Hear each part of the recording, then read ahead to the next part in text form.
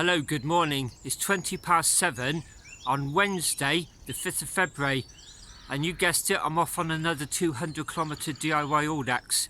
Today, I'm trying to consolidate my fitness that I built up in January. More about that later. First of all, here's something I prepared earlier. It's about my sleep system that I'll be using later in the year on the longer DIY audaxes, and a little issue I came across. This is my X-Bed Sim Mat sleeping pad. I've been using this for a couple of years now on DIY audaxes, specifically for the distances of about 400 kilometres upwards. When I find I need sleep, I use a 4-layer sleep system. The first of the 4 component parts is I will start by putting down an old space blanket that serves 2 purposes. Firstly, it helps protect this inflatable sleep mat. Secondly, it will reflect up some of my body heat very efficiently. It's very lightweight first layer.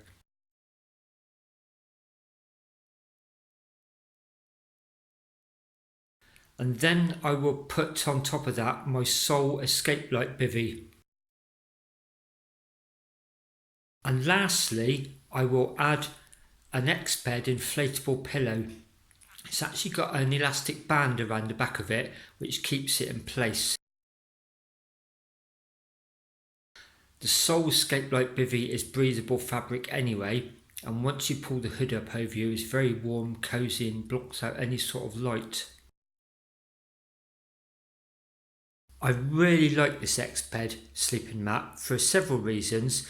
First of all, its pack size. It really does not take up much room in your saddlebag, and it gives you a much warmer and more comfortable sleep. It's easy to disassemble, and it actually doesn't weigh that much. I last used it in August 2019 on my Blackpool 800-kilometre ride. On the second night, I had 3 hours sleep in a bus shelter, and I woke up to find it had partially deflated. And I did think at first maybe I'd just forgotten to really insert the air valve properly to keep the air in. When I came home, I did an overnight test and I realised it had a puncture. So this sleep mat, like most of them I'd imagine, comes with quite a comprehensive and easy to understand repair kit. So it's got yellow patches for the top layer, grey patches for the underneath section, some glue, and the instructions for different sizes and different types of punctures and how to mend them. As you would with a bicycle inner tube, the first thing to do is inflate the mat to quite a high pressure and then go over it close to your face, squeezing it, creating pressure points to try and feel any escape of air. That was unsuccessful, so I then needed to immerse it in water to try and locate the leak by escaping air bubbles, again as you would with an inner tube. I should say at this point I no longer have a bath in my house. I took it out about 10 years ago when we went over to a water meter. We just have a shower now, which we were very happy with. We were going away a couple of times during the autumn, so I thought, hey great, I'll take it to a travel lodge and put it in a bath. So the first travel lodge we went to did not have a bath, and then we went to a Premier Inn which did have a bath, but I'd forgotten to take the sleep mat. So to cut a long story short, we had to try and manoeuvre it into a sink in our utility room. That was quite fiddly and tricky, to be honest, but after about 10 minutes we discovered a very, very small pinprick leak. And here it is with a puncture. As you'd imagine, it's on the underside. It must have caught a stone or a sharp edge. So the first thing you do is mark it when it's inflated, and then you decompress the mat, although you leave just a small amount of air in, and then you saturate the area with glue, leave it to dry for 5 minutes, and then repeat that procedure 2 more times, so 3 times in total. And then we left it 8 hours for glue to completely dry, and then did a repair test. It appears to have worked. It stays inflated overnight. I actually lied on it on the bed reading books several evenings for a few hours at a time. I have to say it doesn't particularly look pretty, although you're not going to see it facing down. They do give you grey patches in the repair kit, so at some stage when I'm convinced this really is properly repaired, I may try and camouflage that with a supplied patch. I did consider when I bought this mat, it was almost inevitable it's going to get damaged using it in places like bus shelters and church porches when I'm tired in the dark, so I almost expected a puncture at some stage. Have to say, the ease of mending it has made me like this mat even more. However, I have to add a disclaimer. I always said this channel would never be about kit reviewing and recommendations. Everything I say is based on personal experience, and it really is just my own opinion. So I reserve the right to change my mind at any time. I will be taking the glue with me next time I do an overnight trip with this, and if it does leak, it may need a top-up repair. If it turns out it's not a permanent repair, I'm quite happy to admit that it's a mistake and maybe it wasn't such a good buy, but at this moment in time I still stand by my original conclusion. This is a really good piece of kit. So this gives you an idea of how compact the sleep system is once folded and put in their stuff sacks. So the space blanket, the sleep mat, the bivy bag and the pillow, compared to a 1.5 litre bottle of orange squash. Once that's all put in its own stuff sack, it takes up, I would say, about 1/3 of my saddlebag. This is it all packed away, again in comparison to that same bottle of orange squash. On a ride up to about 300 to 400 kilometres, I would just ride my Audax Super C saddlebag. When I am going to use this sleep system on the longer rides, when I know I'm going to need sleep, I'll put on the Super C saddlebag, which has a capacity of 21 litres, I believe, and that fits in the bottom of that really nicely. You hardly know it's there. In the meantime, back to today's ride. I'm starting the ride on the Bath to Bristol cycle path, and I'm actually on a bridge over the River Avon behind me, and in the background is Kelston Roundhill. I use that as a kind of reference point to gauge the lengthening or shortening days, and only about 3 weeks ago the sunrise was distant in the east, whereas today you may hear it. There's the dawn chorus all around me and it's already quite light.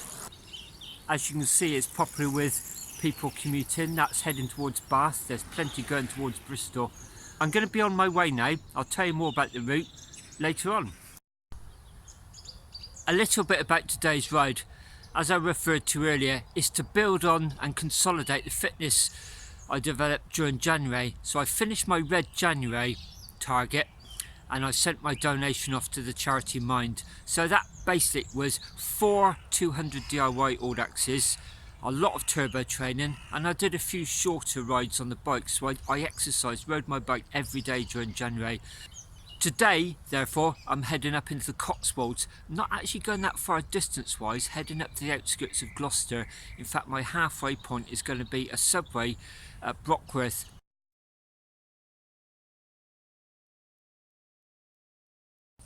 When I was first getting to grips with the DIY system about 4 or 5 years ago, this was one of the first routes I ever designed. I would never design a route like this these days, but it actually fits the purpose actually. It's quite hilly. I originally called it a grimper. I'm not quite sure what qualifies as a grimper, but there's some long drags and there's some short up and downs, and it's heading up to the Slad Valley, you know, famous for Laurie Lee's Cider with Rosie. The reason I wouldn't design a route like that today, not for 200 kilometres anyway, there's a lot of crossovers, and when you're designing it, you sort of think, hey, I'll remember that when I get there. Well, the truth is you don't, to be honest. Quite often there'll be traffic, or you may be tired, or you're just not expecting it. So as I described on my 800 video last year to Blackpool, on a long distance ride, if there's lots of crossovers, I would separate it into different navigation files so that it's always a straight line you're following. There's no hesitation at junctions. Should I go this way or should I go that? I'm now on the road between Wickwar and Tetbury. After passing through Wickwar, I turned right and it drops you down off the B road and you go across Hawkesbury Common. Then as you approach Hawkesbury Monument Hill, which is a killer, there's a left-hand turn which takes the sting out of that. You actually ride alongside underneath it actually, and then through Hillsley. I'm now in this lovely steeply wooded valley. I'm not sure what the name of this river or stream is, but this is a little bit of paradise here. It's a gorgeous day as well, especially after yesterday's bitterly cold strong winds. I'm approaching the outskirts of Tetbury, and look what I've just spotted. Lots of snowdrops. There's some daffodils, although I've seen daffodils so far this year. I saw some on New Year's Day in fact, but there's also some purple and some yellow crocus out. Amazing, the first day of decent sort of weather, bit of warmth behind the sun, and it just, spring just feels round the corner.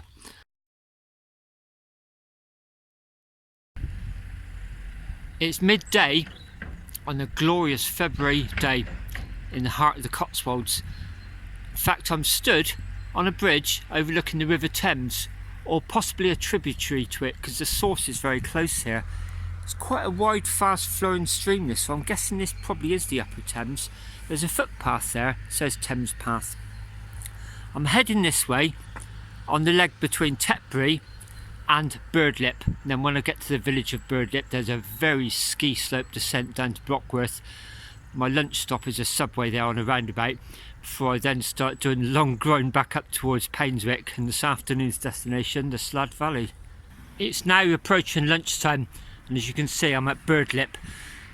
Just past that pub there is the T-junction, and then you drop down really precipitously down there somewhere behind the trees is Gloucester and Cheltenham. So I'd been to Birdlip Hill before when I walked the Cotswold Way. In fact, I think we even wild camped there, but I'd never actually ridden down it on a bicycle until about 5 years ago. And I was with a group of friends, and one of them, Luke, sort of said, you may want to turn your cap here as we were about to go down. I had one of those cotton racing caps, and he did the same, and I just pulled the peak at the back. Not sure if he's joking, and my gosh, if I hadn't have done that, I'm pretty sure the cap would have blown off. And then the second time I rode down this hill was coming towards the end of an early season audax, and I was riding with Barely from Bristol, and it was already dark, and he said to me, as you go down there, take a lot of care. And I sort of said, yeah, I know it's steep. And he said, no, on the first bend there's a manhole cover you really want to avoid, it's lethal. And we went down in the dark, and I'm so glad he warned me. And then when we got to the finish at Tewkesbury, we found one of our friends had had a really bad accident going down there, and he told me years later he landed on his face, and that evening he could see his eyebrow flapping down in front of his eye. It was that bad. So definitely not a brag or a boast. This is a real warning. Anybody who comes this way, I really would urge you to take extreme care going down there. So I'm now in the sunny subway at Brockworth. It all seems to be sunny whenever I come here. Today's not an exception. I had a really nice lunch, chicken tikka sandwich. The sauce was gorgeous. It was, mustard and honey. Just getting through some cookies now with a cup of coffee before we start the second half of today's ride. I'm approaching the summit of Cooper's Hill, which is the busy A46 you may hear behind me, heading from Brockworth up to Painswick. I'll be turning right shortly. You can see the big splurge of Gloucester and Cheltenham in front of us. In the hazy distance there's the outlines of the very distinctive Malvern Hills, but right in front of me there's that very distinctive hill on the outskirts of Gloucester, and the dry ski slope where people practice before they go on skiing holidays. One of my friends broke his fingers on there. There's quite a long old climb from Brockworth along the A46. It wasn't that busy, but it's busy enough, and it's quite a long drag up over Cooper's Hill. The road surface was quite poor as well. I'd been loose chips, so every sort of yard felt like about 10 hills, and eventually dropped down to Painswick. Then you do this sharp descent into the valley, and now I'm grinding up it. You can see that's the whole purpose of today's ride. Just do a 200, which is a bit more challenging, just to try and build on my fitness. Certainly breathing quite hard. It's a great place just to stop and take the view in now. So when I came out of that steep valley, I joined a B road that takes you down to the village of Slad, and then there's this drop down through the Slad Valley. This really is the heart of Laurie Lee country. Looking back across towards Slad on the other side of the valley, and then look at this wooded side, gorgeous. Just spotted an ideal place back there for a wild camp sometime. May come up here one evening in the summer. There's been a lovely sunset this evening. Haven't had the time to stop and catch it all, to be honest. but it's been pretty spectacular. On the way back from the Slad Valley, which was a very hard couple of hours, I've been coming along quite a nice network of quiet roads. I've just crossed a busy A46 Bastard Stride Road, and this looks like it's a dead end, but it's not. It's a real find. Almost finished. I'm a few hundred yards from my house. I'm afraid this video has been a bit front loaded, to be honest, because this afternoon I had to keep my eye on the time. Actually, I'm going to be getting home with about 20-25 minutes in hand. Probably spent a bit too long at that Subway. In fact, no, probably about it. I definitely did. The food was just so nice. I just kept going back and ordering more and more. Today's ride served the purpose though. I really wanted to sort of push myself a bit harder, and the section between Brockworth and Wootton-under-Edge really was quite hard, hence the lack of filming. So homeward now. Have a shower, got a lasagna, a couple of cans of lager in the fridge, and another successful day. As usual, thanks very much for watching, and I'll keep you updated with my progress for the 1300 coming up in June.